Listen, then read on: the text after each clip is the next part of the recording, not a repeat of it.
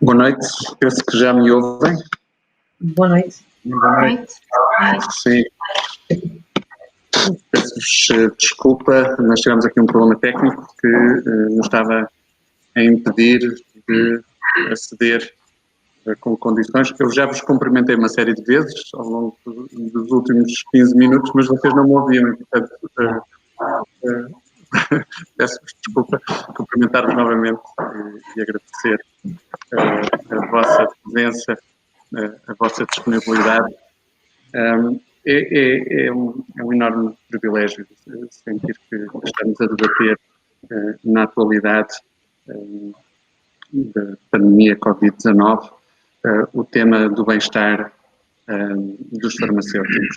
É um privilégio não só pela atualidade e pela capacidade de resposta pronta da Ordem dos Farmacêuticos, que hoje nos acolhe e que promove esta iniciativa, mas também porque junta neste webinar duas ordens profissionais, dois grupos especialistas que têm estado empenhados, como nunca, numa resposta à situação de crise, numa disponibilidade para reunir esforços, numa disponibilidade imensa para responder àquilo que é a necessidade do cidadão e por isso só posso agradecer uma vez mais a disponibilidade de todos para estar hoje aqui num fórum mais aberto que pretende ser isso mesmo, pretende dar também aqui a voz a um conjunto de pessoas que mostraram o seu interesse. Nós tivemos um número de inscrições muito significativas hoje para participar nesta sessão. Começo por agradecer naturalmente a todas as pessoas que mostraram o interesse por estar aqui presentes e disponibilizaram para participar. Esperamos que essa participação seja ativa e por isso faço desde já um apelo a que os diferentes, que a nossa audiência participe e faça perguntas, faça sugestões que nós procuraremos dar resposta. Portanto, a minha primeira palavra vai naturalmente para os farmacêuticos que hoje estão aqui, para toda a classe e para todo o grupo de pessoas interessadas nesta área. E depois, naturalmente, em particular, aos nossos oradores. Quero cumprimentar o Dr. Samuel Antunes, a doutora Andrea Teixeira, a doutora Carolina Mosca, a doutora Paula Campos, que são hoje as 4 pessoas que irão aqui debater. Em primeiro lugar, Dr. Samuel Antunes, que nos é recomendado fortemente pela Ordem dos Psicólogos Portugueses, não só pela sua enorme participação que tem tido ao longo da sua vida profissional na dedicação à causa da psicologia, mas em particular a estes temas também do desgaste psicológico associado à profissão e aos profissionais, e também à doutora Andrea Teixeira, que é uma das nossas psicólogas que integrou desde a primeira hora a linha de aconselhamento psicológico criada no contexto da linha de apoio ao farmacêutico, numa parceria entre a Ordem dos Farmacêuticos e as associações de farmácia. Portanto, eu agradeço, em primeiro lugar, estes dois oradores, a quem eu irei começar por fazer uma pergunta de partida, apenas para que se inicie este debate, e depois irei pedir aqui um trabalho que me parece muito importante e muitas vezes aquele que é mais difícil de fazer, que é as pontes com a realidade. Aquilo que é um trabalho que muitas vezes nós conseguimos fazer numa linha de atendimento, conseguimos fazer num consultório de atendimento psicológico, mas que quando falamos de um grupo profissional numa dimensão que é tão transversal, nós podemos ter muitas vezes a dificuldade em debater o tema de uma forma mais plena, portanto, e por isso aqui os nossos comentadores, que são as senhoras presidentes do Colégio de Especialidade de Farmácia Comunitária e de Farmácia Hospitalar, que nos poderão não só fazer esta ponte entre aquilo que é o nosso debate de ideias do ponto de vista dos profissionais de saúde mental, mas também daquilo que é o ponto de vista dos profissionais de farmácia, para que esta articulação que eu dizia inicial se possa dar da melhor maneira. E para debater o tema da saúde mental, permitam-me que comece por uma questão-chave, que é a questão do estigma associado ao sofrimento psicológico e às doenças do foro psicológico. Nós sabemos de antemão que existe um estigma forte no que diz respeito à saúde mental, mas parece que também alguma evidência sugere que dentro dos próprios profissionais de saúde, às vezes este estigma também se manifesta. É assim, Dr. Samuel Antunes? E agradecer o amável convite da Ordem dos Farmacêuticos para estar aqui. Queria cumprimentar as minhas colegas e o Pedro de painel. De facto, Pedro, o estigma é um dos problemas a juntar a todos os outros com que temos que lidar hoje em dia. Os problemas de saúde mental, ou melhor, de doença mental, foram sempre tratados de forma diferente das outras doenças. Infelizmente, tem um impacto direto numa área que é a procura de ajuda. O estigma leva a que muitas vezes aqueles que necessitam de ajuda não a procuram porque sentem que é qualquer coisa que fragiliza ou que os coloca numa posição de maior vulnerabilidade ou fragilidade. Em alturas como esta que estamos a viver,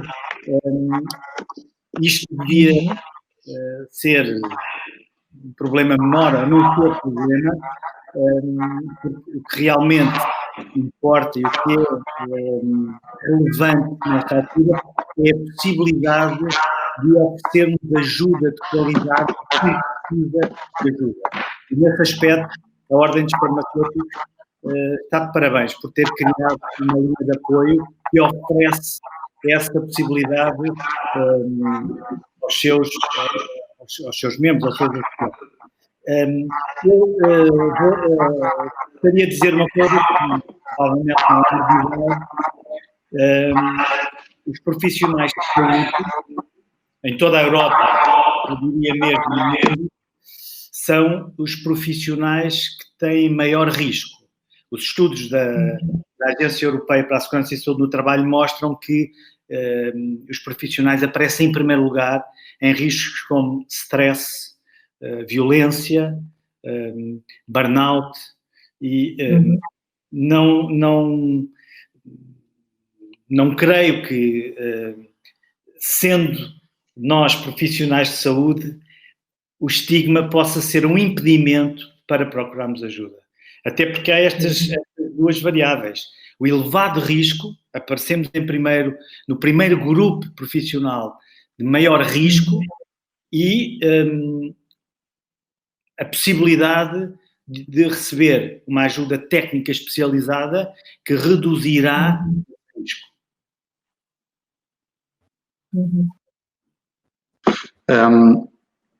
Eu penso que podemos perguntar aqui também, doutora Andrea, que tem estado, como dizia há pouco, muito atenta aqui ao trabalho e às respostas que a Ordem tem procurado dar de apoio aos nossos farmacêuticos. Pensa, Andrea, que isto pode ser um impeditivo, muitas vezes, das pessoas pedirem ajuda, esta ideia de um certo estigma associado à saúde psicológica? Sim, boa noite. Queria também agradecer o convite para estar aqui hoje e, naturalmente, cumprimentar todos os colegas que aqui estão presentes. E em resposta à pergunta do Pedro, sim, eu tenho de facto sentido isso, não é? Eu estou na linha, como o Pedro disse, desde o primeiro momento, e tenho sentido de facto a existência desse estigma acaba por impedir, acaba por ser um impedimento, acaba por ser ali, se permite a expressão, quase uma barreira, não é? Para que as pessoas nos contactem. Tenho sentido, e de uma forma geral, que há determinados fatores que são comuns àquelas pessoas que têm contactado connosco, que são situações relacionadas com a ansiedade, com o próprio stress, não é, vivido nestes dias, a pressão que as profissionais de saúde vivem, não é? Atualmente, por exemplo, um dos motivos que surgiu como sendo também significativo, o medo, não é, associado a possível infecção, não é, ficarem infectados e depois o levar para casa, a gestão das equipas, este risco também, lá está, da contaminação, depois a necessidade de isolamento social, que atualmente não está presente, mas teve. Portanto, há aqui uma série de fatores que provocaram um enorme stress, uma enorme ansiedade em estar neste atendimento, no contacto direto com o público, o depois ter que gerir os medos associados à família, a própria incerteza que ainda hoje se vive, não é? Que eu falava há pouco da questão do isolamento social e mesmo familiar, mas a incerteza ainda hoje se vive, não é? Durante quanto tempo isto vai ser assim, não é? Portanto, e aquilo que eu sinto é que efetivamente há uma série de variáveis que provocam aqui um mal-estar psicológico e que provavelmente este estigma que está quase a bloquear, não é?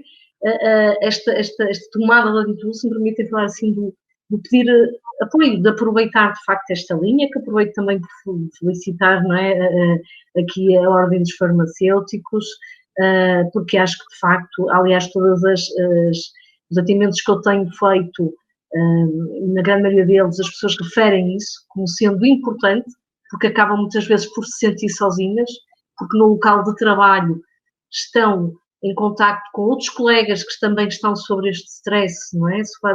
Sobre esta ansiedade provocada diariamente, agora se calhar nem tanto, mas por exemplo a questão das equipas em espelho, não é? Portanto, isto também provocou imensa ansiedade e incertezas e, portanto, aquilo que eu tenho sentido é que quem recorre, me parece que muitas vezes já o faz quase no limite, não é? Quando se de facto se este estigma não estivesse tão presente, poderiam fazer no momento anterior, não é? Portanto, quando existem os tais sinais, como dizia o Samuel, não é? Do burnout, do stress excessivo, da exaustão.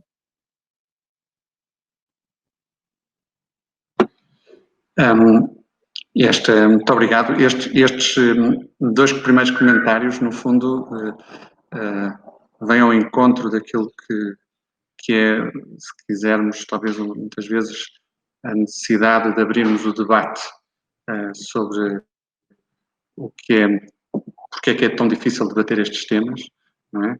E, por outro lado, porque é que é tão importante debater estes temas. Nós, naturalmente, que hoje, desde as várias recomendações da Organização Mundial de Saúde, das Nações Unidas em geral e das várias partes interessadas no combate à Covid-19, temos percebido que a vaga da saúde mental é claramente um tema. E eu perguntaria à doutora Carolina Mosca, como presidente do Colégio de Especialidade de Farmácia Comunitária, este tem sido um tema debatido pelos farmacêuticos no contexto da farmácia comunitária. Como é que vê estes primeiros comentários, estas primeiras abordagens?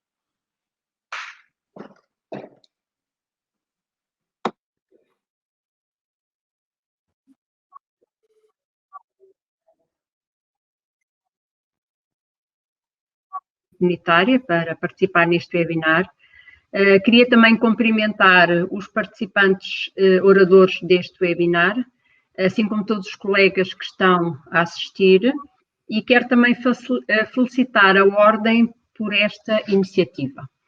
Ora, relativamente à questão que me coloca, portanto, a farmácia comunitária, e depois daquilo que a Andrea falou, porque muitos dos tópicos que eventualmente sentimos no dia-a-dia foi já referido, mas é um tema e é um assunto que há uma certa resistência em eu abordar, exatamente porque provém do medo do desconhecido e de um conjunto de falsas crenças, digamos assim, que origina muitas vezes esse conhecimento e a compreensão desse assunto.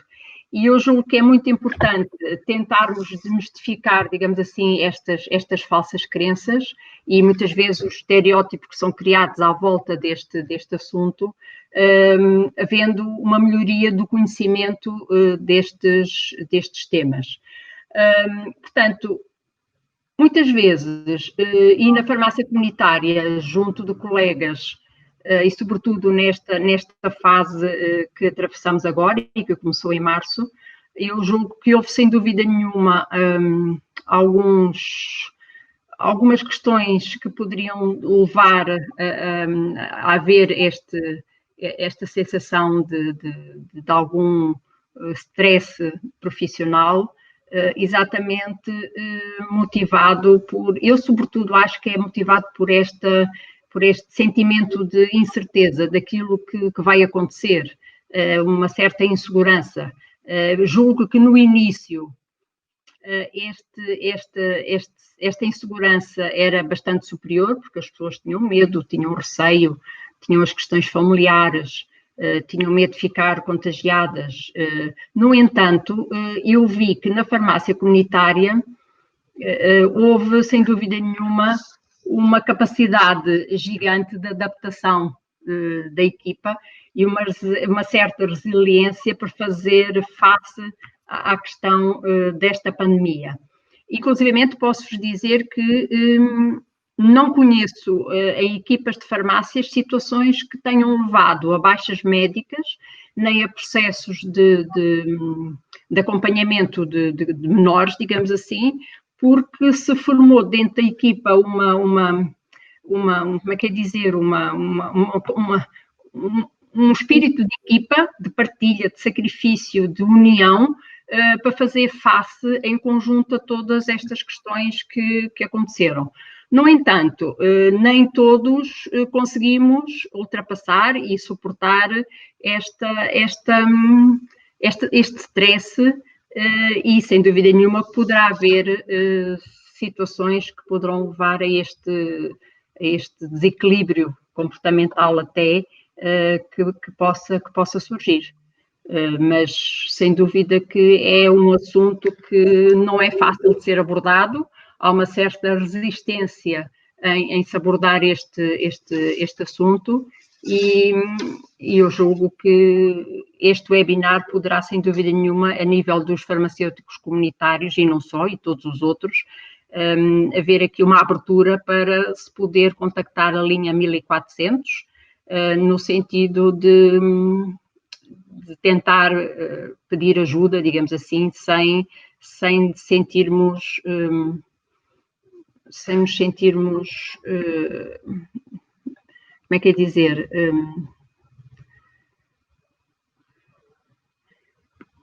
sem nos sentirmos,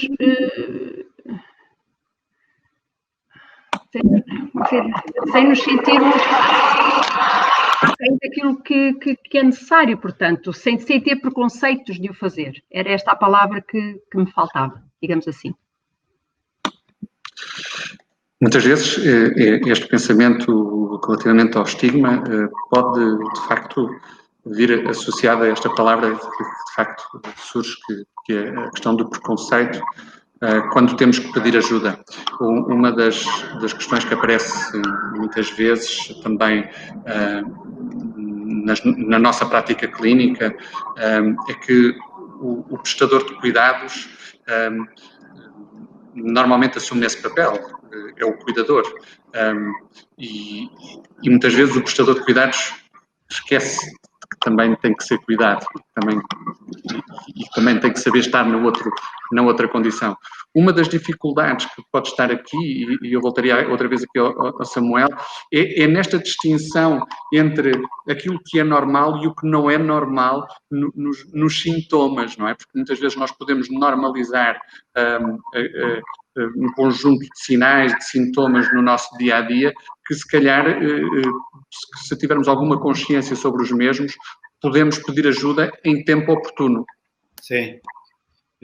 Obrigado, Pedro. Essa questão é muito pertinente nesta altura, porque nesta altura do Covid-19 é normal ter medo, é normal estar assustado, é normal estar ansioso relativamente à incerteza quanto ao futuro, é normal estar confuso, é normal também perder às vezes o controle, isso é normal estar triste, e não devemos pensar que há qualquer coisa de grave porque estamos a sentir isto. Agora, o importante é percebermos que é possível lidar com isto sem sofrermos. Como profissionais de saúde, nós sabemos todos que o importante é promover saúde mental e prevenir doença mental. Ora, é normal aquilo que eu disse há pouco, mas quando os sintomas começam a ser muito exagerados e frequentes, sintomas como sensação de cansaço que não acaba com uma noite bem dormida, dores musculares, tensão arterial alta, tonturas, náuseas, etc. Os sintomas típicos do stress. Aí temos que procurar ajuda e temos que procurar reduzir estes sintomas, porque eles geram sofrimento e, ao limite, evoluem para um estado mais grave de depressão ou burnout. Então, talvez a primeira medida que eu recomendaria para lidar com esta situação é o autocuidado. E este tema do autocuidado é muito pertinente porque os profissionais de saúde não cuidam muito de si, ou melhor, tendem a cuidar pouco de si. Mas nesta altura, e perante aquilo que estamos a viver neste momento, há duas coisas que temos que fazer. É autocuidado e autorregulação. Já vou explicar, se tiver tempo, vou explicar o que é cada uma destas coisas. O autocuidado, enfim, não há receitas para todas as pessoas, cada um de nós sabe o que é que precisa, mas há aspectos que são comuns a todos nós.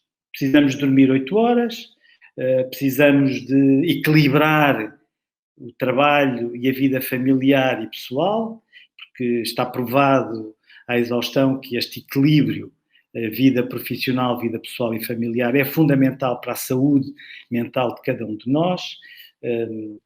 Se possível, ter uma atividade física regular, ter um estilo de vida saudável em termos de alimentação, também ter atividades que nos permitam desconectar com o trabalho e com as preocupações do trabalho, e acontece muitas vezes que os profissionais vão para casa, mas continuam a resolver problemas, e no seu tempo livre, que seria o tempo de descontinuidade que o cérebro necessita para se renovar, continuam a pensar em soluções e preocupados com os problemas que têm que gerir, e não acontece recuperação, não é? O que vai acontecendo é cada vez mais exaustão física, exaustão mental, cansaço, carga mental, exatamente por não haver esta descontinuidade e por não haver momentos que são de prazer, que são de ruptura com preocupações, enfim, ter também atividades que são prazerosas e que nos fazem bem, que nos fazem sentir bem. Há uma coisa que eu queria chamar a atenção, que é o diálogo interno. Dentro do autocuidado é muito importante aquilo que dizemos a nós próprios. Se eu começo a catastrofizar, se eu começo a preparar-me para a desgraça, se eu começo a imaginar que daqui a 6 meses vou ter uma situação tão grave que eu não posso manter, por exemplo, a minha farmácia, o meu negócio ou o meu posto de trabalho, eu estou a criar situações para que a ansiedade se instale, se agrave e me cause sofrimento. Nós não podemos evitar o stress, mas podemos gerir o dano que o stress causa. E o cuidado é exatamente, o autocuidado é exatamente isto. É a capacidade de reduzir o dano e gerir e lidar com o stress sem fugir da realidade, sem negar a realidade, mas tendo estratégias de fazer face ao stress que sejam saudáveis. E basicamente há 2 estratégias para fazer face ao stress que são saudáveis. A primeira é o controle, ter controle da situação e controle dos próprios recursos, perceber eu tenho recursos para lidar com esta adversidade ou com esta exigência ou com esta situação que é muito exigente do ponto de vista emocional, físico, cognitivo, portanto, recuperar controle da situação. E a segunda estratégia saudável para lidar com o stress é ter suporte social. E eu lembro aqui que a linha de apoio é mesmo isso. Também é uma forma de suporte social. Mas o suporte social vem-nos muitas vezes dos nossos amigos, da nossa família, das pessoas que estão mais perto de nós e com quem contamos e que são um recurso para podermos lidar com a adversidade. Um outro aspecto que é importante e agora tornou-se particularmente importante é a capacidade de autorregulação. A capacidade de autorregulação tem a ver com a capacidade de gerir emoções e gerir impulsos, gerir irritabilidade, gerir a perda de controle, gerir a forma como eu valorizo pequenas situações ou mesmo as grandes situações, qual é a carga emocional que eu coloco nisso, porque isso pode causar dano, e também um outro aspecto da autorregulação que é a adaptabilidade ou a capacidade de me ajustar à mudança. E nós estamos hoje, dia a dia, a viver mudanças constantes que requerem uma capacidade de adaptação, de ajustamento, para não nos desorganizarmos, para não ficarmos de uma forma rígida, e porque a rigidez pode ser geradora de desequilíbrio e desorganização mental. Não sei se me alonguei muito, mas para já isto era o que me parecia importante. Pois, muito obrigado. Samuel, eu estava exatamente a pensar nesta importância destes 2 fatores, mas em concreto, quando falamos nesta rede de apoio, e há pouco a doutora Carolina Mosca falava exatamente disso, não é?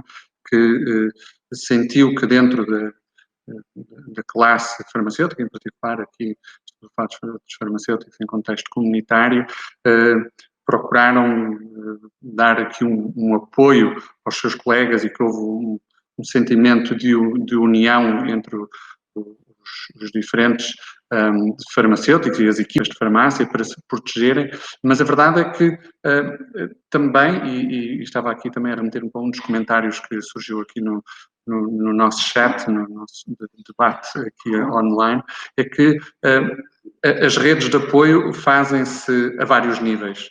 Há uma rede de apoio de profissionais, dos pares, muitas vezes que estão a viver, utilizando aqui uma frase muito comum nos últimos tempos, que é na linha da frente, e, portanto, há um sentimento de uma certa compreensão até dos desafios que se vão colocando no dia-a-dia. Mas há as outras redes de apoio, nós já aqui fomos evocando, e naturalmente estamos aqui a falar desta rede de apoio mais formal, prestada por profissionais devidamente capacitados para isso, mas também muitas vezes há as outras redes de apoio, a rede de apoio familiar, mas muitas vezes as redes de apoio mais informais também precisam deste nosso apoio, não é? Ou, se quisermos, do apoio dos farmacêuticos. Está a pensar que houve alguns profissionais que tiveram de também dar assistência à família e prestar apoio fora dos seus próprios locais de trabalho. André, como é que isto se pode conciliar estes vários tabuleiros da vida, portanto, a enorme solicitação e absolutamente extraordinária que foi preciso responder e que tem sido preciso responder, e depois os outros tabuleiros de vida, as outras relações, onde muitas vezes nós também temos que ir desempenhar o nosso papel. Andrea.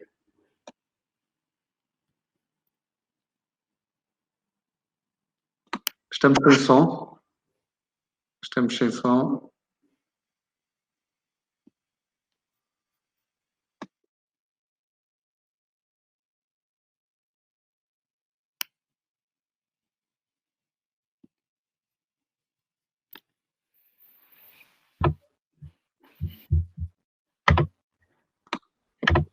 Sim. André, sim, agora sim.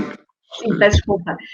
Estava a dizer esse aspecto importante que o Samuel referiu, né, do autocuidado, e que nos profissionais de saúde, embora profissionais de saúde, parece que é algo que está um bocadinho distante, não é? Os profissionais de saúde estão disponíveis, e nesta fase ainda mais, não é? Para cuidar dos outros, e acho que às vezes há um bocado o esquecimento de cuidarem de si próprios, não é? E os outros, eu refiro-me aos outros a todos esses níveis que o Pedro acabou de dizer, não é? Quer dizer, a questão familiar, a questão social.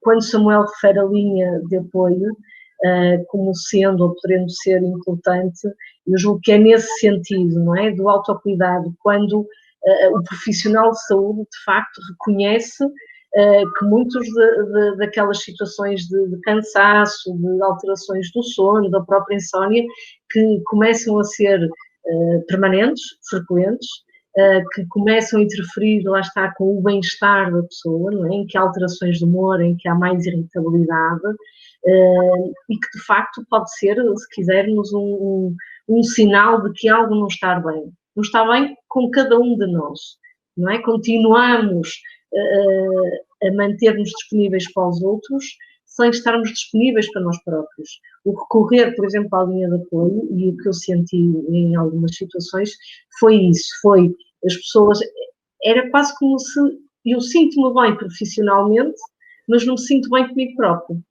não é? Portanto, e a linha de apoio pode também, de algum modo, propiciar às pessoas, não é? Este sentido de perceber que realmente é necessário pensarem em si, é necessário gerir não só esta capacidade de gerir as emoções, não é? Mas terem capacidade de parar um pouco, se calhar de criar novas rotinas, associada àquilo que o Samuel dizia, não é? Quer dizer, focados quase a 100% no trabalho, 100%, não só no contexto em termos de espaço físico no trabalho, mas depois em casa, não é? Associado a tudo que se vive agora. E onde é que está aqui também a autorregulação? Não existe muitas vezes, não é? A linha de apoio, eu tive situações curiosas de farmacêuticos que ligaram comigo, que estavam precisamente na farmácia comunitária, que tive uma situação curiosa que teve que ser agora. Tive que ser agora porque, de facto, estou no atendimento, não posso largar a minha função, mas eu preciso de ajuda, não é? Portanto, é tal questão que eu também disse há pouco, às vezes leva-se ao limite, porque associado depois a muitos fatores que já foram aqui referidos, deixam levar, acho que há também muito, se calhar aquela ideia de que estamos aqui para cuidar, estamos aqui para ajudar, não é? E efetivamente, sim. E quem é que os ajuda? Quem é que ajuda estes profissionais de saúde? Não é? Parece-me que também tem que ser eles os primeiros a recorrer, neste caso, não é? Que têm a linha de apoio, a fazê-lo. Precisamente isto faz parte do autocuidado, pode promover a autorregulação, não é? Pode orientar nesse sentido. Nós estávamos aqui a debater este tema, de facto, da farmácia também comunitária, trazido também a doutora Carolina Mosco, mas outros profissionais de saúde, noutros contextos, também estiveram e têm estado com uma forte exigência do ponto de vista laboral e seguramente que acompanha a exigência social que todos temos vindo a sentir. E eu perguntaria agora à Presidente do Conselho de Especialidade em Farmácia Hospitalar, doutora Paula Campos, como é que viu a saúde e o bem-estar psicológico dos farmacêuticos no seu contexto hospitalar? Como é que vê dos seus colegas de especialidade? Boa noite. Antes de mais, quero agradecer a todos os presentes no painel, muito obrigada, e também aos participantes que nos estão a ouvir, que acho que de certeza, pelo menos pelo que eu já ouvi, já aprendi a lidar com muito das minhas incertezas e emoções. E à Ordem dos Farmacêuticos, porque acho que é uma iniciativa muito boa e que nos vai, com certeza, fazer sair a todos mais fortalecidos desta crise. Relativamente à farmácia hospitalar, o que é que eu vos posso dizer? Posso-vos dizer que nós passamos por diferentes fases e nem todos necessariamente tivemos o mesmo grau de pressão e, portanto, os mesmos tipos de stress ou ansiedade. O medo, eu acho que esteve transversal a todos, porque numa fase inicial todos tínhamos medo de nos infectarmos, todos tínhamos medo de ir para casa e poder infectar a família, portanto, esse medo passou por todos nós, associando a isso a falta de equipamento de proteção individual que houve inicialmente, as próprias incertezas nas informações que saíram, e associado a isso uma necessidade urgente de resposta a todo o nosso ambulatório hospitalar. Os doentes, também eles ficaram com medo de se deslocarem aos hospitais e nós tínhamos que, de certa maneira, desmistificar o problema, porque eles tinham que permanecer a fazer a sua terapêutica e tivemos que arranjar de um dia para o outro, basicamente, e eu acho que a Ordem aqui teve uma intervenção muito boa, porque acabamos por ter uma proximidade e estabelecer pontos de proximidade com os doentes que ajudou a lidar com estes medos.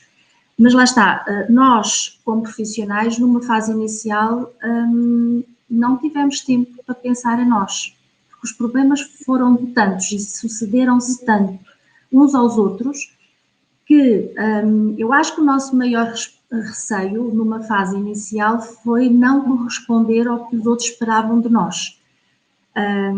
Eram os doentes que estavam a precisar de respostas, era internamente o próprio hospital, porque os doentes não eram só os doentes Covid, não eram só os doentes de ambulatório hospitalar, tínhamos todos os outros doentes que estão internados, todas as outras situações, e o hospital continuava a funcionar. Portanto, houve uma fase em que tudo funcionou, depois começou algumas partes, principalmente a parte das consultas e bloco operatório, a não ter o funcionamento normal, mas as urgências continuaram, os internamentos continuaram e, portanto, nós tivemos que continuar a dar as respostas. Portanto, numa fase inicial, eu acho que não tivemos muito tempo para pensar em nós. Depois, numa fase posterior, talvez quando os mecanismos de trabalho já estavam a funcionar, portanto, as equipas já estavam a funcionar, umas em espelho, outras em teletrabalho, uns com turnos maiores, portanto, cada um arranjou o seu próprio plano de contingência adequado ao hospital, onde estavam inseridos, como é óbvio. Depois houve uma segunda fase em que sim, acho que a pressão começou-se a sentir já de uma maneira diferente. E aí eu acho que as lideranças das equipas são fundamentais para se aperceberem do grau de cansaço de cada elemento da sua equipa, do grau de irritabilidade que a própria pessoa tem A rotação de áreas que eventualmente podem ser extraordinariamente importantes, porque é preciso tirar a pessoa, se calhar, de uma área de maior pressão e colocá-la noutra, para conseguir gerir aqui alguns equilíbrios. E eu acho que aqui as lideranças das equipas têm e tiveram, em alguns hospitais, um papel muito importante. Mas lá está, nós fomos formatados sempre a pensar em nós como cuidadores, e, portanto, acabamos por nos levar ao limite. E quando chegamos ao limite, começam a surgir as baixas, porque já não aguento mais. Começam a pedir um dia de folga, porque eu hoje preciso de pensar em mim. Portanto, eu hoje não consigo ir trabalhar. E às vezes isto é depois difícil de se conseguir gerir quando as equipas são reduzidas, que é uma das realidades da farmácia hospitalar, portanto a falta de recursos humanos, que é transversal e já muito falada, mais numas farmácias do que noutras, como é óbvio, mas a verdade é que o gerir a equipa é momento de crise, quando começamos a ter elementos que, apesar de quererem colaborar, porque sabem que são importantes, e depois há aqui um misto de sensações e de contradições na própria pessoa, sabe que faz falta e que não pode faltar, mas depois já não se sente capaz de contribuir positivamente para a equipa. E nós temos que conseguir gerir estas situações.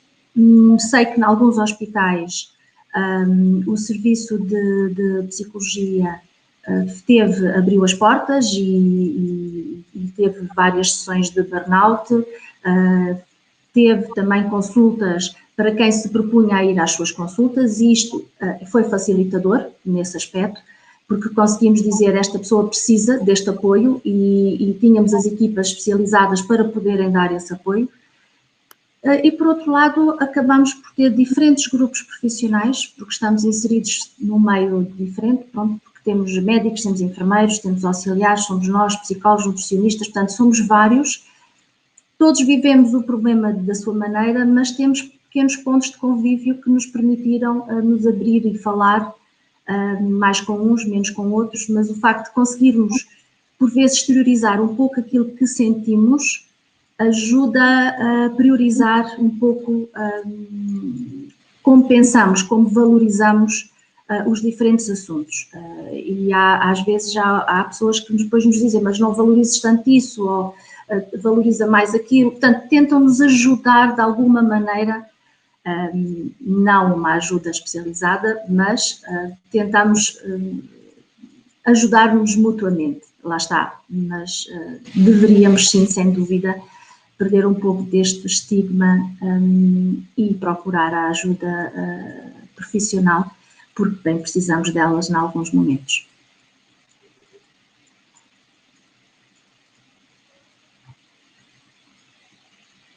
Em determinados momentos podemos precisar de ajuda, é uma forma também de autocuidado, mas eu colocaria aqui uma questão, e voltaria talvez aqui ao Samuel, porque esta ideia, o Samuel conhece bem a área das farmácias, está atento a toda esta dinâmica. A vulnerabilidade durante o período de pandemia foi claramente atribuída a alguns grupos específicos. E há aqui duas variáveis que me parecem importantes introduzir. Por um lado, esta ideia de que houve alguns profissionais de saúde que provavelmente possam ter sido mais acarinhados do que outros. É uma ideia que me parece que é importante ressaltar aqui, porque, sem dúvida, que houve muitas pessoas que muitas vezes não foram tão citadas, tão mencionadas, embora eu penso que depois, ao longo do percurso, isso foi sendo corrigido, mas às vezes esta noção de que a nossa vulnerabilidade pode ter espaços diferentes. A doutora Paula Campos dizia isto aqui há pouco, não é? Também que podemos assumir às vezes a nossa vulnerabilidade em diferentes contextos. Há vantagens em assumir esta vulnerabilidade, há vantagens em ser, às vezes precisamos de ser mais acarinhados, precisamos de nos chamarem a atenção para isso, ou como é que são estes espaços de deslocação quando nós nos referimos a este bem-estar? Pedro, os farmacêuticos estiveram na linha da frente, embora provavelmente não foram suficientemente reconhecidos pela comunicação social nesse seu papel. Mas os farmacêuticos estiveram no dia-a-dia em contacto com as populações, muitas vezes não só a dispensar medicamentos, mas a fazer aconselhamento, a ouvir as pessoas, etc. Portanto, e este trabalho do farmacêutico, no contacto com o doente, com o utente, é cansativo, muitas vezes é desgastante, e nem sempre há o reconhecimento daquilo que é o trabalho do farmacêutico na comunidade, junto das populações.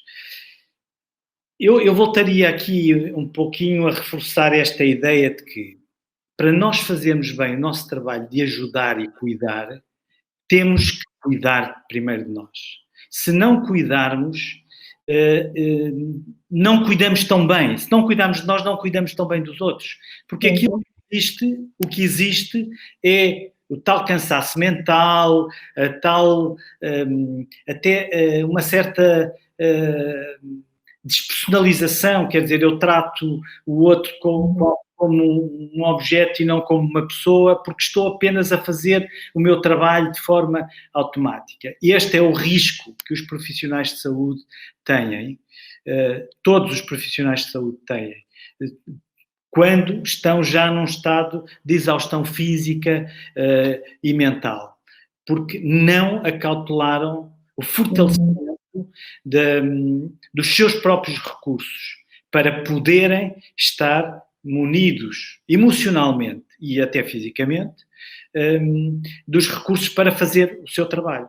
E é por isso, eu estou a enfatizar isto porque eu conheço o mundo das farmácias comunitárias, sobretudo, também conheço muitos farmacêuticos que se deixam cansar quase até ao limite para fazerem bem o seu trabalho, descuidando muitas vezes a sua própria saúde e o seu bem-estar físico e mental.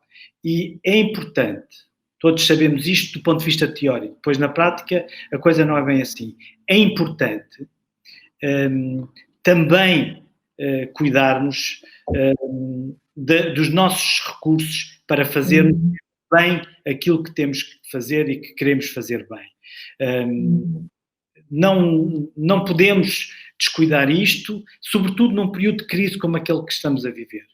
Nós já sabemos que os problemas que vêm a seguir ao Covid são problemas de doença mental. E temos que os prevenir agora. Agora ainda estamos a tempo de prevenir e reduzir alguns destes riscos, evitando situações que estão ainda no nosso controle e que podem ser geridas por nós para que não nos levem ao tal estado de exaustão. Nós já sabemos, o burnout cresceu imenso nos últimos meses, sobretudo entre os profissionais de saúde, mas como profissionais conscientes e responsáveis, temos que fazer aquilo que está ao nosso alcance para evitar essa exaustão e esse burnout e prevenir entre os profissionais esse estado clínico que é difícil, de difícil recuperação e que demora tempo, muito tempo, meses, muitas vezes a recuperar. Pedro.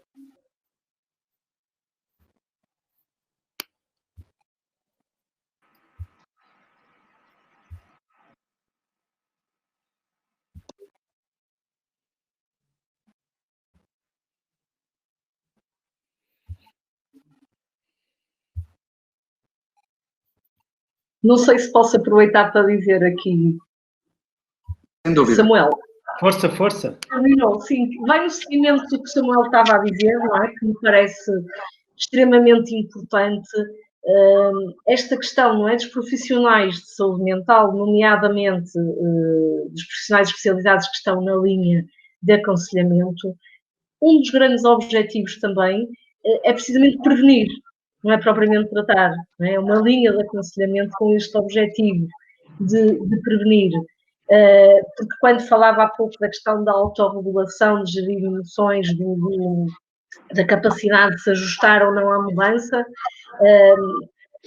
poderá por vezes também ter acontecido aqui a chamada falta de resiliência, não é? Portanto, de facto nós adaptamos tão rapidamente, não é? Sem termos qualquer preparação prévia, ninguém nos disse daqui a um mês vocês têm que fazer isto daquele modo. E acho que não só na saúde, mas também em outras áreas, estamos todos ficando surpreendidos a forma como, sem qualquer experiência idêntica, nos fomos adaptando e vivendo mesmo com todos os constrangimentos e com o confinamento e com o isolamento social. Claro, como dizia o Samuel, se calhar agora algumas consequências de tudo isso, nomeadamente a nível da saúde mental, vem agora. Não é? Portanto, este tal suporte social de que falávamos, nomeadamente não só a nível dos amigos, familiar, mas também da linha, poderá ser uma mais-valia para prevenir, não é? Para que, de facto, e como já falámos aqui, os farmacêuticos estão sempre disponíveis, não é? Para ajudar. Muitas vezes também há aquela pressão quase interna de não posso falhar, tenho que dar resposta ao meu cliente, não é? Ao doente que precisa, e estão constantemente nisto, e de facto, às vezes quando há um pedido de ajuda, já é quando se chega a uma situação limite. Pretende-se também, com este suporte social, evitar, não é? Que se chegue a esta situação limite, portanto, prevenir, Sim, Samuel. Deixa-me só dizer uma coisa que é a questão da vulnerabilidade que o Pedro colocou é uma questão muito importante, porque termos consciência dos nossos limites e das nossas vulnerabilidades e fraquezas é um sinal de saúde mental. Quando já não temos capacidade de reconhecer, já estamos doentes. E, portanto, é um bom indicador quando somos capazes de dizer eu estou a chegar a um limite e tenho que parar. E isso é um bom sinal. E não há que ter vergonha, eu acho que temos que falar com clareza sobre este assunto, quer dizer, muitas vezes para nós o ir procurar ajuda é visto como um sinal de fraqueza, mas eu acho que é um sinal de força. Não é um sinal de fraqueza para ajuda, é um sinal de força, de inteligência e de maturidade, porque é um sinal de cuidarmos daquilo que ainda pode ser cuidado. Então, o que não é muito sensato e não é muito sábio é, estando em sofrimento e num certo limite, não termos a coragem de dar o passo e dizer assim, eu tenho que procurar quem me possa ajudar a sair desta situação e a fortalecer-me novamente e a tornar-me novamente capaz de gerir a minha vida, o meu trabalho, a minha família, o meu dia-a-dia, com mais eficiência e com mais qualidade. Eu estava aqui... Sim, claro. Desculpa, não, por acaso estou a ver aqui no chat, não é? E vi de facto algumas pessoas que estão presentes referir precisamente isso que o Samuel disse, não é? Que o pedir ajuda é sinal de saúde mental, portanto, quando as pessoas ainda têm consciência, não é? De que é essa necessidade. E é curioso, não é? Que as pessoas têm essa consciência, mas lá está, nem sempre fazem. Eu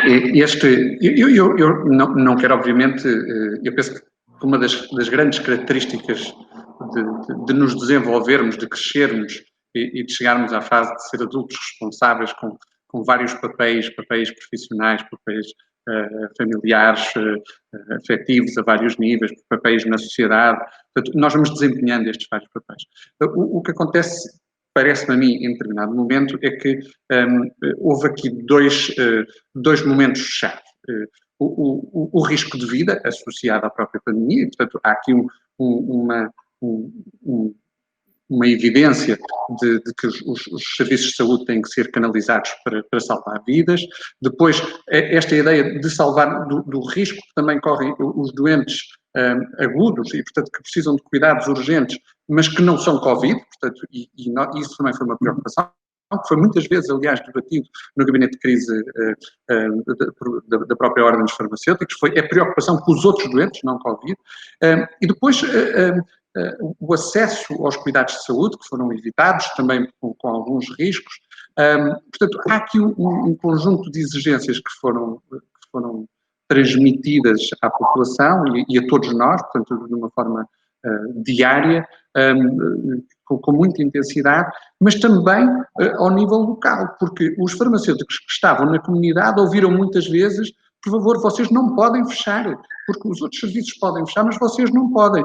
E por isso eu gostava de voltar aqui à doutora Carolina Mosca, porque a verdade é esta, é que esta pressão que se sentia ao nível geral da população, dos profissionais de saúde e dos farmacêuticos também na comunidade, por exemplo, nós pensávamos que isto ia passar em 2, 3 meses, mas agora temos esta incerteza e como o Samuel e a André estavam a dizer há pouco e chamaram bem a atenção, será que agora os farmacêuticos têm mais tempo para assumir essa consciência, que esta pressão social, que esta pressão de fora possa diminuir um pouco e permitir, de facto, um olhar um bocadinho mais tranquilo para que possamos enfrentar eventualmente até os próximos meses?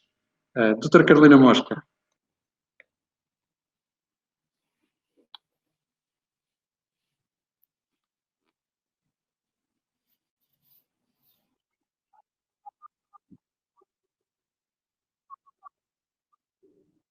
Sei aquela insegurança, aquele meio, e eu acho que, de uma forma geral, a equipa já tentou um bocadinho ultrapassar essa fase. No entanto, eu tenho que reforçar aqui, a nível do papel da liderança na farmácia comunitária, porque, sem dúvida nenhuma, o diretor técnico, o proprietário da farmácia, deve, sem dúvida nenhuma, cautelar o bem-estar da equipa. E repare, a primeira fase, digamos, os primeiros 4 meses, março, abril, maio e junho, houve muitos colaboradores que tinham férias marcadas, folgas para gozar, que não o fizeram, exatamente devido à divisão da equipa, o trabalho em espelho, e que não permitiu que houvesse, digamos assim, essa facilidade, e também porque as farmácias, algumas, uma grande maioria, não têm assim tantos elementos que permita agilizar as férias durante esse período, mas que eu acho que é importante que nesta altura, neste período de verão, sem dúvida nenhuma que temos que cautelar esse bem-estar da equipa, promovendo e fazendo com que a equipa goze o seu período de férias e as folgas, exatamente para que possa ir buscar tal resistência que eu julgo que irá ser necessário se houver aí uma segunda vaga, sem dúvida nenhuma, porque 4 meses seguidos naquele stress, naquela pressão, e depois tendo uma equipa unida, coesa, no sentido de trabalharmos em conjunto para que possamos em conjunto resistir a toda esta situação, eu julgo que, sem dúvida nenhuma, nós temos que usufruir, digamos assim, também de outras regalias, que ao fim e ao cabo não são regalias, são mais do que merecedoras, para poderem estar preparados para uma possível segunda vaga, digamos assim. No entanto, eu queria aqui também referir uma outra situação que tem a ver com a realidade que aconteceu. Portanto, houve alterações na atividade da farmácia comunitária. Repare, os utentes, a preocupação de prestar um bom serviço, a preocupação de ter medicamentos, a preocupação de assegurar a terapêutica aos utentes, o apoio ao domicílio que foi feito no sentido de evitar que os utentes, sobretudo os de maior risco, saíssem de casa, a disponibilidade, o estar pronto para todas as situações e de forma continuada, sem dúvida nenhuma que hoje em dia fez com que a farmácia comunitária tivesse e sobretudo a liderança, que estar atenta aos elementos de toda a equipa, no sentido de ser de ser uma pessoa que possa identificar ao mínimo sinal possível elementos que precisem de ajuda e que tenha que acautelar de forma a assegurar o bem-estar da equipa.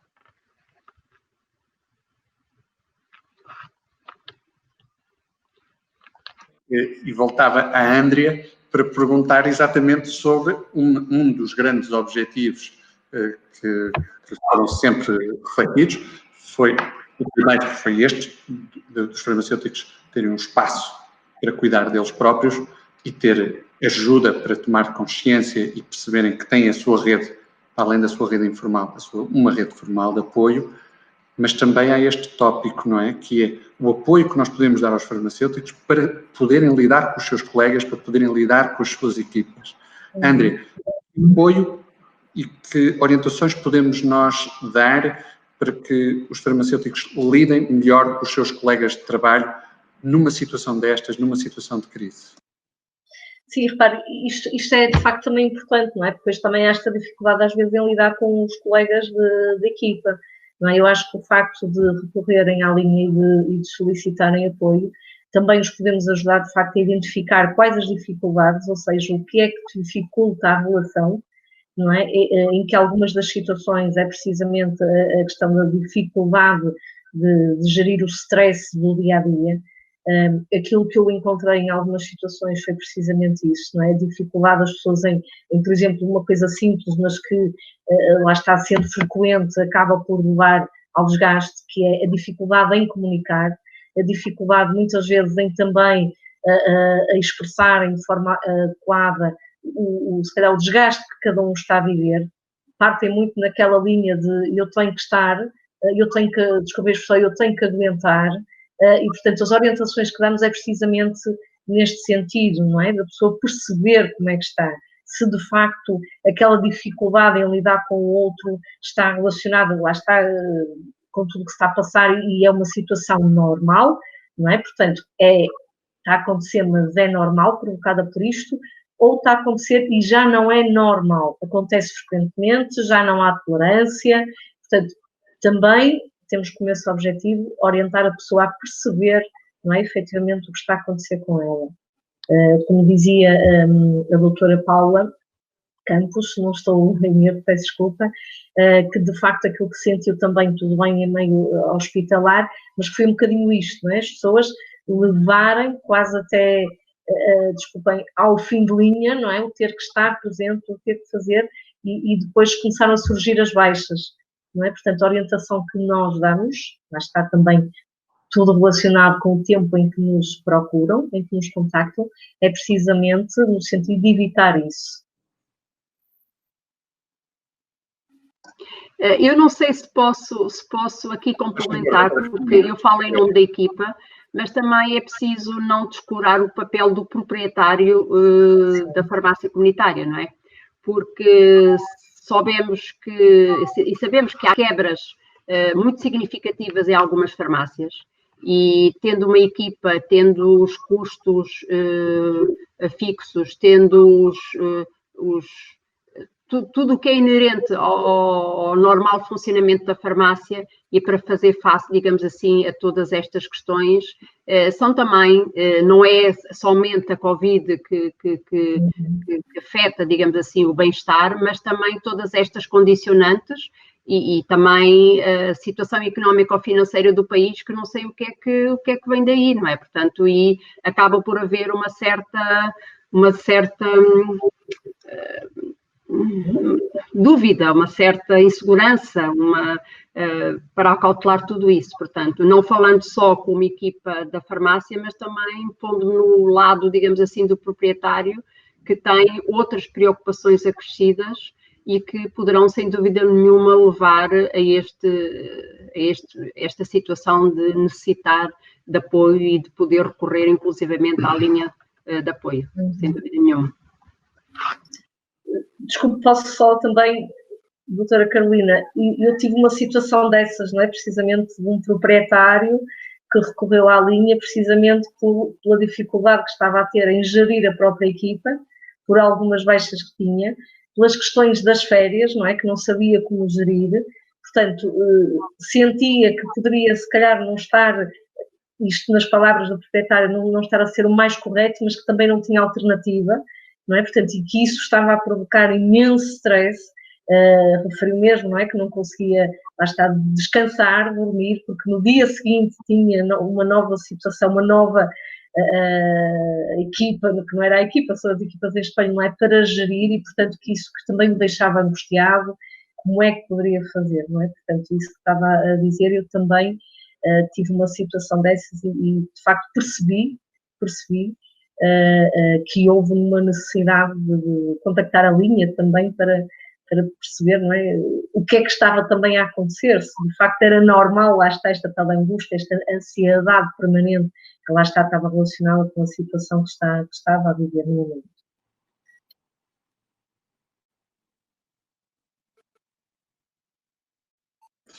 A tentar, no fundo, ver se vamos conseguindo respondendo também à grande heterogeneidade que nós temos no nosso país, não é? Porque nós tivemos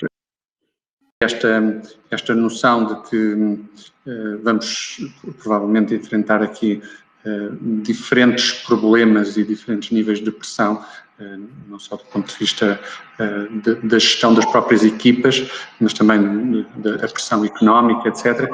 Samuel, há aqui várias preocupações que nós temos que ter com os nossos colegas, e no caso dos farmacêuticos, com os seus colegas que estão no dia-a-dia e com quem partilham a necessidade de resposta. Nós temos situações em que temos equipas muito reduzidas, nomeadamente 2 farmacêuticos, a trabalhar com muito pouca possibilidade de fazer esta rotatividade. Temos também pessoas que nos comentam que ainda devem horas, não é? Porque não tiveram a oportunidade de responder a tudo aquilo que lhes foi solicitado. Grande ansiedade relativamente ao futuro. Nós podemos, de alguma forma, atenuar um pouco isso com alguma resposta mais atenta? Sim. Eu diria que os contextos de farmácia, umas mais pequenas, com equipas mais pequenas, outras com equipas maiores, num clima de stress, correm o risco de ter que gerir situações de tensão e conflito naturalmente. A doutora Paula Campos há pouco referia o papel do diretor técnico ou do proprietário de farmácia, porque realmente o diretor técnico tem aqui um papel importante na gestão, não só na gestão dos conflitos, mas sobretudo na promoção da saúde e do bem-estar das suas equipas. O líder tem essa responsabilidade, promover saúde e bem-estar. Eu sei que muitas vezes, quando eu vi aqui um comentário, 2 pessoas na farmácia, a coisa fica difícil para as 2 pessoas. Tem que se apoiar mutuamente. Mas o Pedro pediu-me um conselho, eu vou dar um conselho. Para a generalidade destas situações, a abordagem tem que ser mais focada na solução e não no problema. Aquilo a que as equipas e os diretores técnicos e os proprietários de farmácia têm que se orientar e focar é quais são as soluções que nós podemos implementar com os recursos que temos.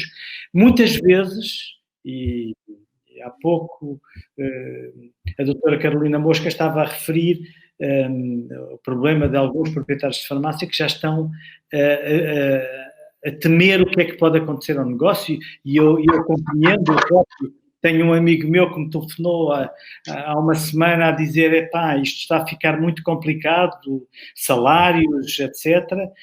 Mas novamente, começarmos a desenhar um cenário de tragédia e de catástrofe só nos fragiliza e nos torna menos capazes de encontrar soluções e de procurarmos soluções. Aquilo que neste momento nós temos que fazer é mobilizar os recursos da farmácia, as equipas, pô-las a pensar connosco sobre o que é que podemos fazer para lidar com esta situação, para reduzir o dano, para aumentar a sustentabilidade da farmácia e do negócio e o que é que podemos fazer para não entrarmos em colapso, mas conseguirmos ultrapassar esta situação. E isso, a minha experiência, tem mostrado que quando utilizamos os recursos das equipas e pensamos em soluções, em vez de estarmos a ampliar o problema, encontramos soluções e resolvemos muitos destes problemas. É a minha experiência. Sim, sem dúvida. E isso vem muito ao encontro daquilo que é também a construção de oportunidades, não é? E essa procura de espaços, de alternativas que vão mostrando, e aliás, nós estamos a procurar dar esse exemplo, não é? Com essa disponibilidade para este debate, para procurarmos tomar este assunto disponível para que todos possam refletir sobre ele e possam propor aqui algumas alternativas. Eu iria para um terceiro tópico, que ainda não falámos aqui, mas que está sempre subjacente a tudo isto que nós fazemos, que tem a ver as pessoas a quem nós atendemos, não é? A pessoa do fim, a pessoa que muitas vezes eu ouvi da parte de alguns farmacêuticos que dizem o que eu quero é prestar cuidados farmacêuticos de qualidade e não posso deixar de responder aos meus utentes, só que estes utentes também foram mostrando as suas fragilidades e os farmacêuticos precisam também aqui de algumas sugestões, de algumas dicas para poder ter consciência de que existem públicos que numa determinada situação estão a passar momentos mais difíceis, estão mais frágeis, estão mais vulneráveis e os farmacêuticos podem ter aqui algumas dicas de ajuda. Andrea, há aqui algumas sugestões que nós possamos fazer, algumas para além, obviamente, de poder debater isto com os profissionais e poder debater numa forma um bocadinho mais reservada, mas assim, só para irmos mostrando o quanto isto pode ser importante. Sim, repara, eu acho que isto é extremamente importante e no seguimento que dizia o Samuel, o aconselhamento na linha também é muito focado e tem que ser para a solução, não é? Quer seja para o próprio farmacêutico, quer seja no atendimento que ele faz, da forma como o Pedro está a dizer. E, de facto, quando confrontado com um cliente que também pede, não é? Que pede ajuda, que pede apoio, desculpem, acho que também deve ser focado na solução. Ouvi-lo, não é? A tal disponibilidade para ouvir, perceber, de facto, o que é que está a provocar mal-estar em determinado cliente e poder dar algumas dicas, não é? Porque, repare, a maioria das pessoas tiveram, para não dizer todas, em isolamento social, não é? Muitas pessoas em layoff, outras sem estar em layoff. Claro que nesta fase do desconfinamento as pessoas chegam também esgotadas, também exaustas, não é? Por questões profissionais, porque foi difícil este período em casa, com a família, não é? O teletrabalho, tudo isso. E às vezes é preciso também orientar as pessoas. E se calhar eu faço aqui uma abordagem muito simples, mas que às vezes é preciso, nomeadamente quando as pessoas não estão bem psicologicamente, se me permite a expressão, às vezes parece que se esquecem, não é? De criar novas rotinas que promovam o bem-estar. As pessoas ficaram em casa e às tantas é preciso perceber, uma vez que agora estão numa fase de desconfinamento, que podem, tendo essa possibilidade naturalmente, criar uma rotina diferente, de sair, de passear. Como é este contacto de proximidade, não é, com o farmacêutico poderá também dar estas sugestões, não é? Isto é uma forma muito simples e lá está, se o farmacêutico considerar importante, porque não aconselhar também a procurar ajuda a outro nível, não é? Nomeadamente a nível de profissionais de saúde mental. Mas às vezes há este tipo de clientes, não é? Que chegam e que vão transmitir ao farmacêutico, muitas vezes é aquela pessoa com quem mais contactam nesta fase. E é importante também às vezes termos isto presente, não é? A tal questão da procura da rede social, das pessoas estarem com amigos, das pessoas fazerem desporto, das pessoas conversarem com alguém que também esteja lá, que esteja bem psicologicamente, não é? Não é procurarem aqueles amigos que também não estão bem. O facto do farmacêutico ter este contacto e proximidade com os clientes poderá também ser um veículo, não é? Para ajudar o seu cliente.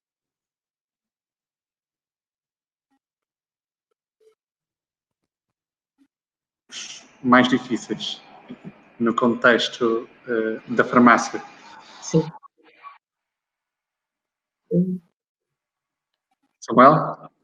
Sim. Estava aqui a pedir um comentário a propósito destes públicos mais difíceis que aparecem no contexto da farmácia. Eu estou a pensar nas pessoas, nos adultos mais velhos, muitas vezes que estão claramente que estão a viver o risco de uma forma diferente, porque o risco é efetivamente diferente.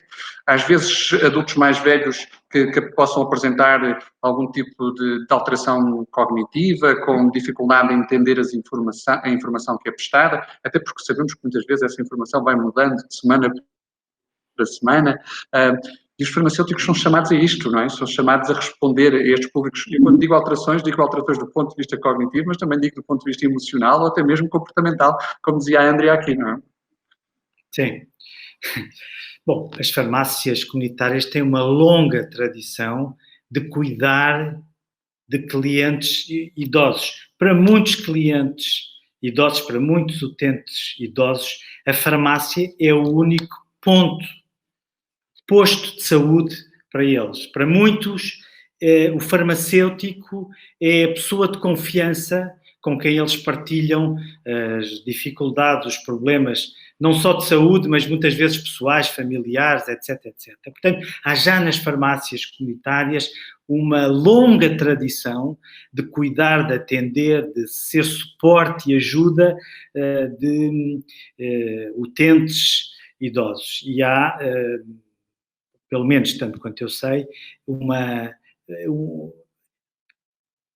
consciência de que para muitos dos idosos em locais até mais recônditos do nosso país, a farmácia é mesmo o lugar seguro e o lugar de apoio para estas pessoas. É no farmacêutico que estas pessoas confiam e estabelecem com ele uma relação de grande confiança e também de grande proximidade. Portanto, há já uma longa tradição neste aspecto. Não creio que seja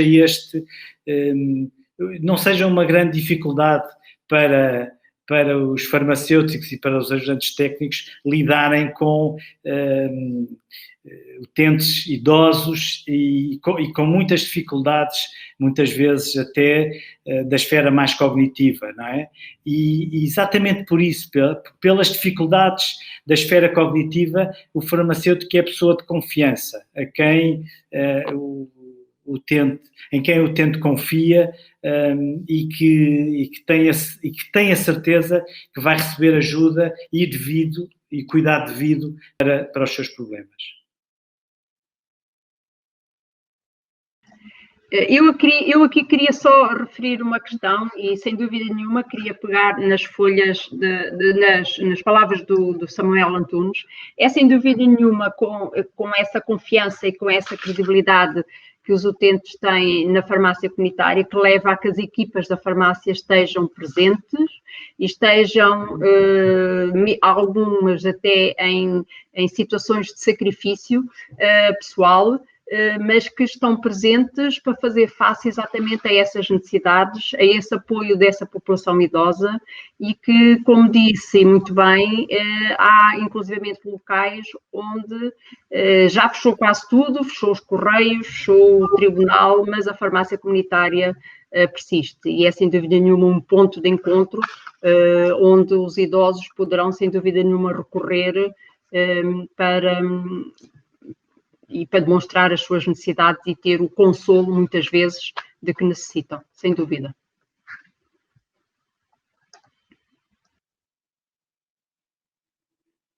Aqui já na reta final, a aproximar-nos aqui do fim deste primeiro webinar dedicado a este tópico do bem-estar dos farmacêuticos, eu gostaria, doutora Paula Campos, por uma razão. Nós, como eu disse há pouco, nós conhecemos melhor, talvez, a realidade do ponto de vista do desgaste associado à profissão dos médicos, dos farmacêuticos, dos enfermeiros, mas estamos agora a começar a conhecer, e a própria Ordem lançou agora um estudo para tentar recolher informação que nos possa ajudar a tomar mais algumas decisões e de ir não só dentro da própria área da farmácia, mas também ter o reconhecimento dos outros profissionais e de outras partes interessadas na área da saúde. Eu queria perguntar à doutora Paula Campos, na farmácia hospitalar, qual parece que são os maiores riscos de burnout, de desgaste para os farmacêuticos? Eu gostaria... E são parecidos com os outros profissionais que já temos alguns dados, nomeadamente os enfermeiros e os médicos, ou são diferentes? Esta realidade é diferente. Há que ter aqui algumas preocupações agora que estão a olhar para o futuro. Eu acho que algumas das preocupações são idênticas às dos médicos e às dos enfermeiros, porque também eles têm medo de ficarem infectados, também eles têm medo de transmitir a infecção à família.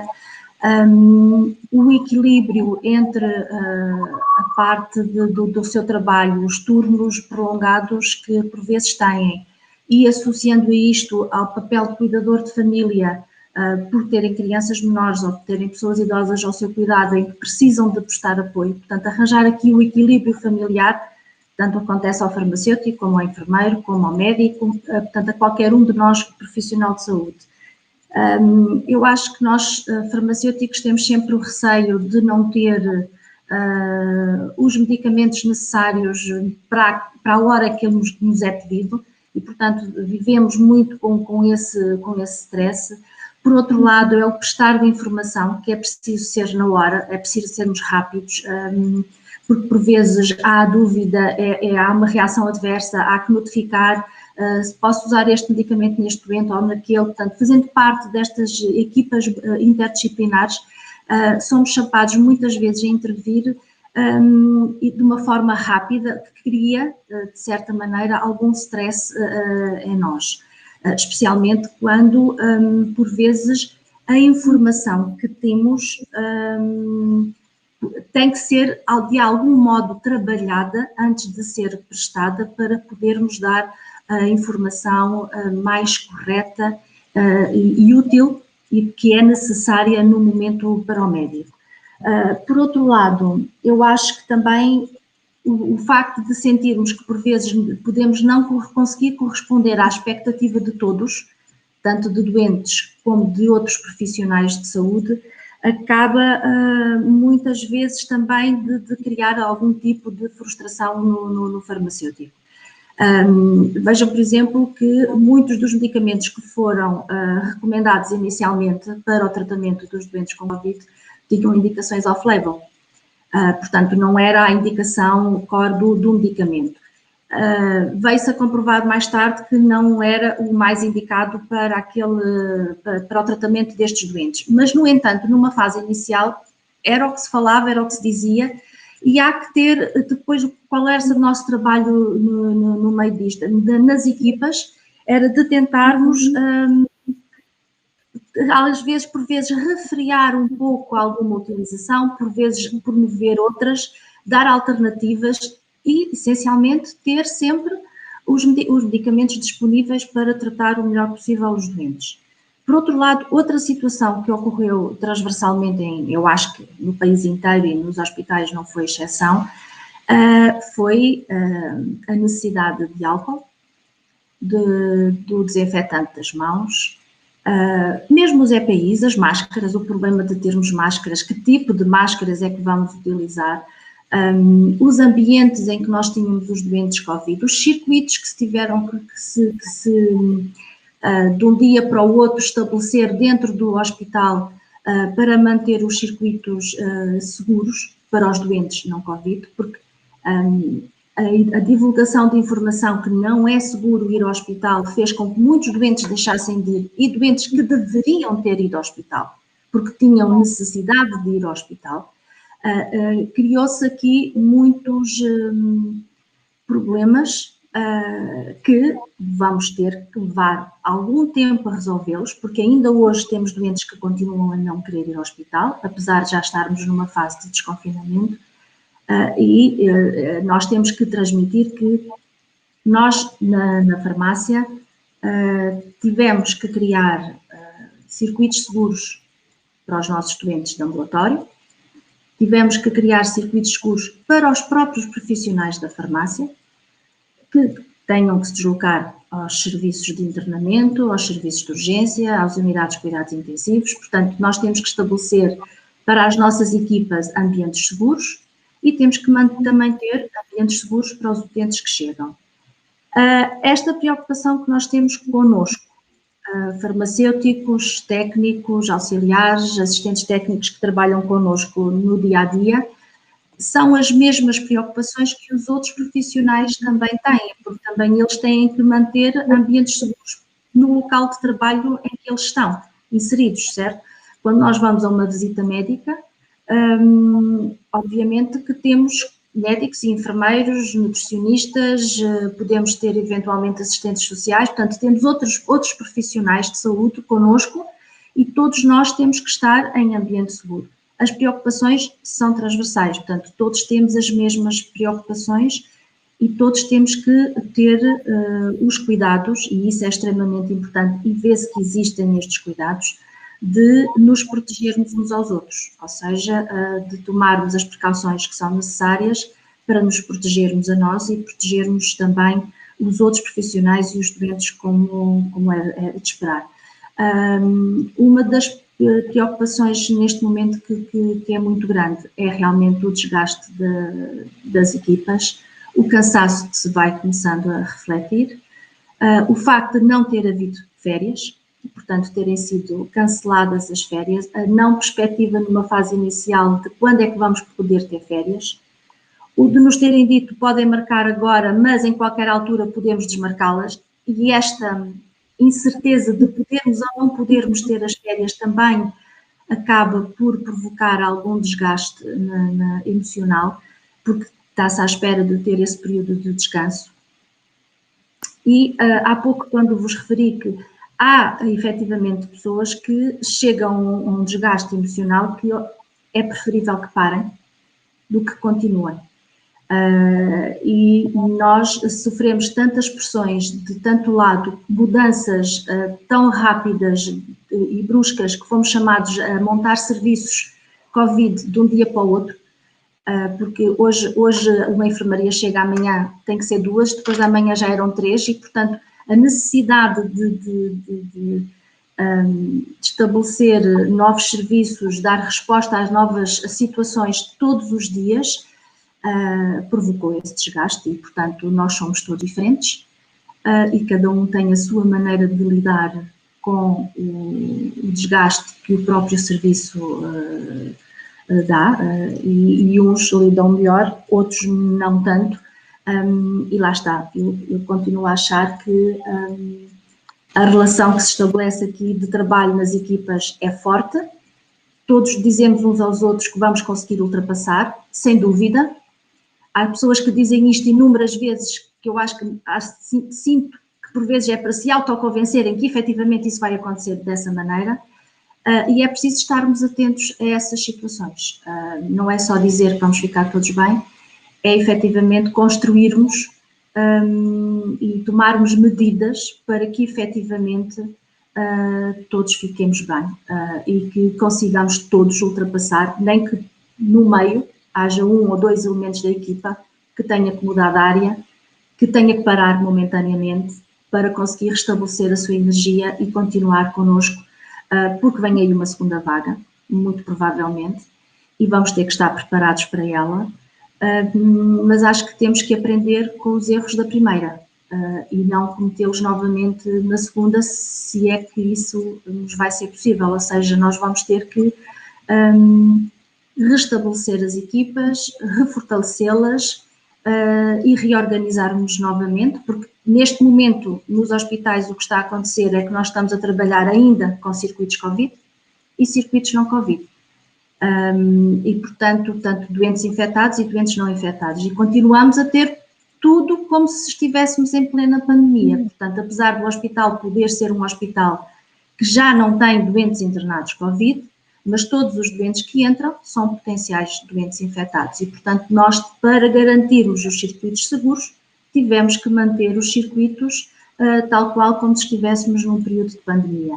E isto esgota e cansa e é difícil de manter todos os dias, mas cá estamos a tentar levar a situação sempre da melhor maneira possível e dando sempre as melhores respostas em equipa, Muito com bem. outros profissionais.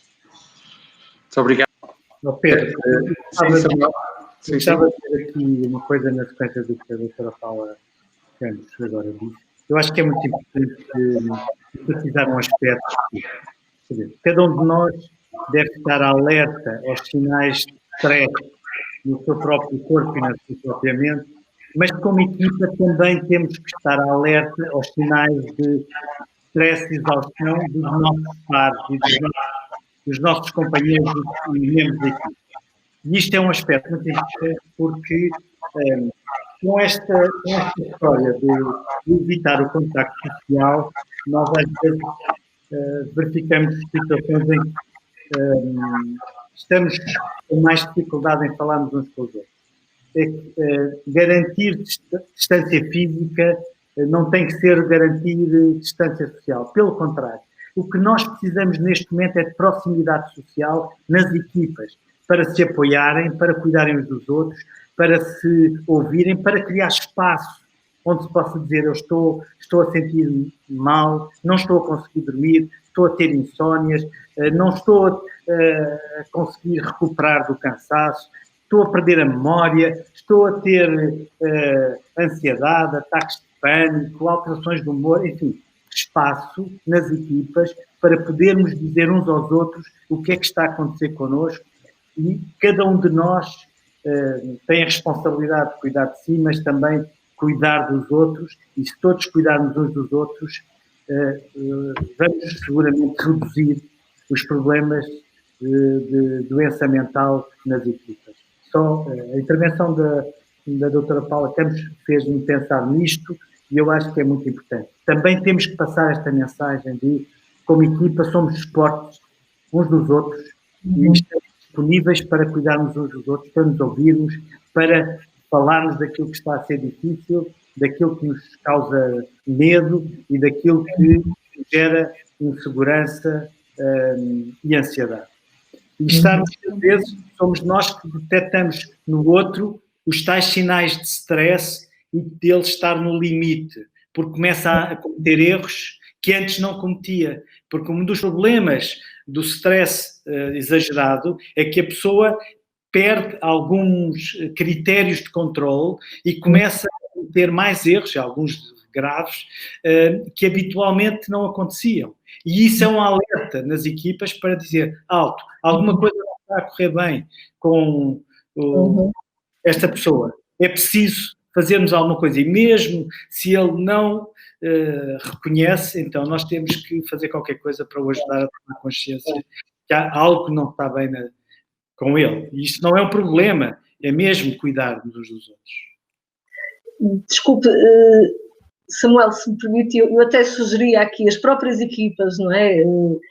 Claro que se for possível, naturalmente, criarem momentos para isso, não é? Entre as equipas, criarem momentos, não é? Como é que foi o dia? Como é que as coisas estão a correr? Como é que eu estou a agir perante estas situações e o colega?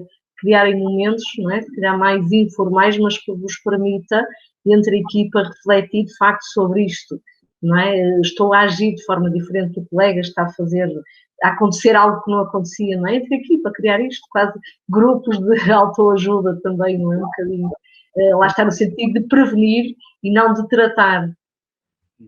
Deixava aqui esta sugestão também. Nesta ronda, já como disse, já muito final, perguntar, doutora Carolina, podemos fazer aqui um comentário bem final relativamente aqui a esta preocupação com o bem-estar psicológico dos colegas farmacêuticos?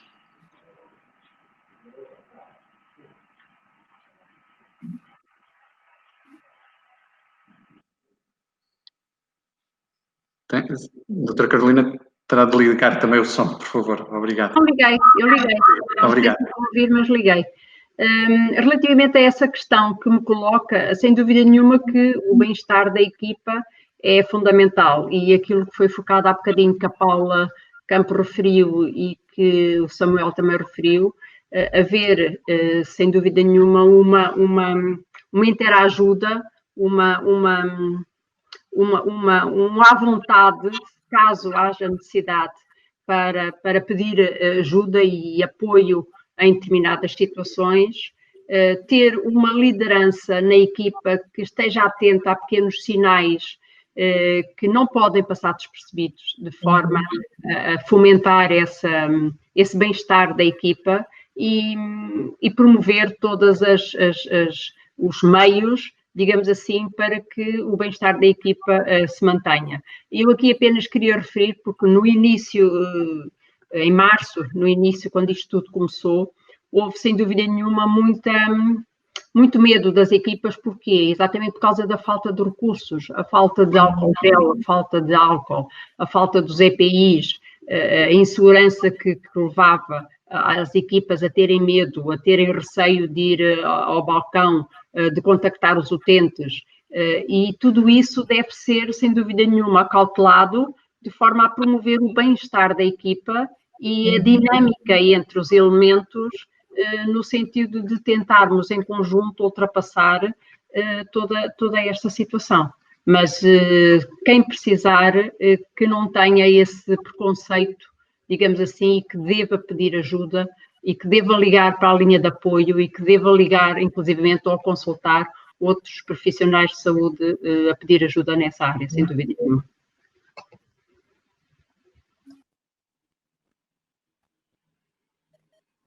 Queria só chamar a atenção que foi colocado no chat um link para que possam divulgar e responder ao questionário que estamos a fazer sobre, precisamente, associado à profissão, associado ao trabalho de farmacêutico, neste contexto dos últimos 3 meses em particular, e fazemos também essa comparação durante o questionário. Penso que, como já foi dito pelas pessoas que responderam, é um bom momento, inclusive, para reflexão também, para pararmos um pouco para debater estes temas. São temas mais subjetivos, não são tão visíveis como os EPIs, não são tão visíveis como as máscaras, os mais concretos são sempre mais fáceis de debater. Estes são temas mais difíceis, e por isso é que eu falava há pouco da dificuldade das pessoas mais velhas, muitas vezes com alguma dificuldade do ponto de vista cognitivo, em precisar de informação mais clara, mais tranquila, mais direcionada, e o Samuel sabia bem que as farmácias têm tido sempre essa preocupação, e portanto penso que esse apoio que possamos dar aos farmacêuticos também, com estratégias muito direcionadas para cada um destes públicos, vai ser seguramente uma das mais-valias desta linha de aconselhamento. Mas eu, para terminar, Samuel, aqui um último comentário, depois farei o mesmo também, farei uma última pergunta à Andrea. Samuel, mais vale prevenir mesmo do que tratar depois. E nestas questões da saúde psicológica, não vale a pena arriscar muito, pois não? Não é nada sábio arriscar e levar a situação ao extremo. O que é inteligente é prevenir e criar condições para evitar o dano, não é? Prevenir é, em primeiro lugar, dar informação, sensibilizar. Por exemplo, nas equipas, sejam elas em que contexto for, farmácia comunitária, hospitalar, provavelmente é necessário dar mais informação sobre como gerir o stress.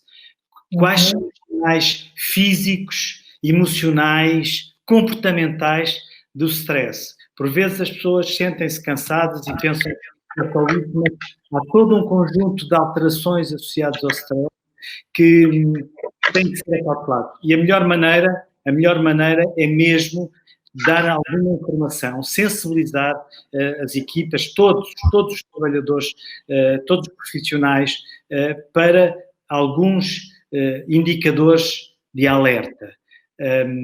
E também ter atenção a alguns comportamentos, como, por exemplo, aumento de consumos, seja de café, de álcool, tabaco e outras drogas. Muitas vezes até comportamentos de maior irritabilidade, maior agressividade, notícias de maior conflito lá em casa, alguma intolerância para com os utentes e pouca paciência perante situações que muitas vezes não justificam uma resposta tão assertiva ou tão agressiva. É muito importante dar informação, dar formação, avaliar o risco, e hoje há ferramentas disponíveis. A Ordem dos Psicólogos disponibiliza gratuitamente uma ferramenta de avaliação de riscos psicossociais para percebermos que tipo de riscos e quem está em risco, para que se possa intervir atempadamente, de modo a reduzir não só o risco, mas sobretudo a reduzir o sofrimento e a aumentar o bem-estar, a qualidade de vida no trabalho, a satisfação. Não é? Nós sabemos hoje, a investigação tem mostrado a exaustão, a satisfação no trabalho e aumenta a proteção das pessoas relativamente ao burnout e aumenta também o engagement, ou seja, o compromisso da pessoa com o seu posto de trabalho, com a sua tarefa, com a organização onde está. E aquilo que provavelmente temos que acautelar é que estes profissionais se sintam satisfeitos, se sintam motivados e se sintam comprometidos com aquilo que fazem e que lhes é pedido que façam.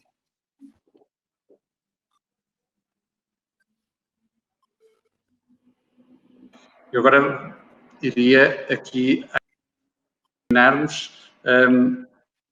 Nós sabemos que os profissionais que devem estar devidamente preparados, mas sabemos que a própria linha tem profissionais especialistas em psicologia clínica, que fizeram uma formação especializada também na área de intervenção em crise, uma formação também dedicada à área da farmácia, mas há alguns aspectos que podem ser aqui importantes. E nós falamos aqui, temos vários tabuleiros, temos a saúde do próprio, a saúde dos colegas, a saúde dos utentes, mas há aqui um espaço de confidencialidade e de anonimato que é absolutamente fundamental preservar, ou não? Sim, era para mim, não era, Pedro? Sim, de facto, essa informação é dada, é reforçada, porque isso efetivamente tem que ser assim. Existe confidencialidade, não é? Portanto, e aproveito também, uma vez que estamos aqui, para reforçar o objetivo e alguns dados que às vezes são solicitados, como a idade, como o código postal do local onde nos estão a contactar, são meramente estatísticos. Portanto, existe com toda a certeza a confidencialidade. Portanto, isso é um primeiro ponto no contacto. Quem decide contactar a linha, que se sinta tranquilo em relação a essa questão, não é? Portanto, mesmo quando é abordado a pessoa, portanto, quando quer referir o nome, também para tratarmos pelo seu nome, a idade, o código postal, é mesmo só para questões estatísticas. Portanto, a confidencialidade está presente nesta linha de aconselhamento psicológico, claro que sim. Bom, resta-me então agradecer a todos a vossa disponibilidade, agradecer esta possibilidade de debatermos, penso que numa primeira de outras vezes que poderemos voltar aos temas da saúde mental dos farmacêuticos e o papel do farmacêutico também na saúde mental e agradecer naturalmente estas diferentes perspectivas que foram aqui partilhadas. Isto só nos pode enriquecer. São diferentes perspectivas dos psicólogos, dos farmacêuticos, da área comunitária, da área hospitalar. Era importante ouvir outras seguramente, mas eu penso que aquilo que ficou muito claro, e se me permitem esta breve conclusão, é que há um lado muito humano na forma como se abordam estes temas. A preocupação com a natureza, com a nossa natureza não super-heroica, que nos diz temos que tirar às vezes as capas e temos que assumir que em determinados momentos a vulnerabilidade faz parte e que não é suposto de todo que sejamos sempre capazes de responder a todas as solicitações com o mesmo nível de competência, nem com os mesmos níveis de alerta, porque muitas vezes esse reconhecimento mostra exatamente que estamos mais perto uns dos outros e que as emoções são transversais a todos nós, independentemente das diferenças que também nos unem. Muito obrigado a todos, uma boa noite e até breve. Boa noite. Obrigada, boa noite. Boa noite a todos. Boa noite.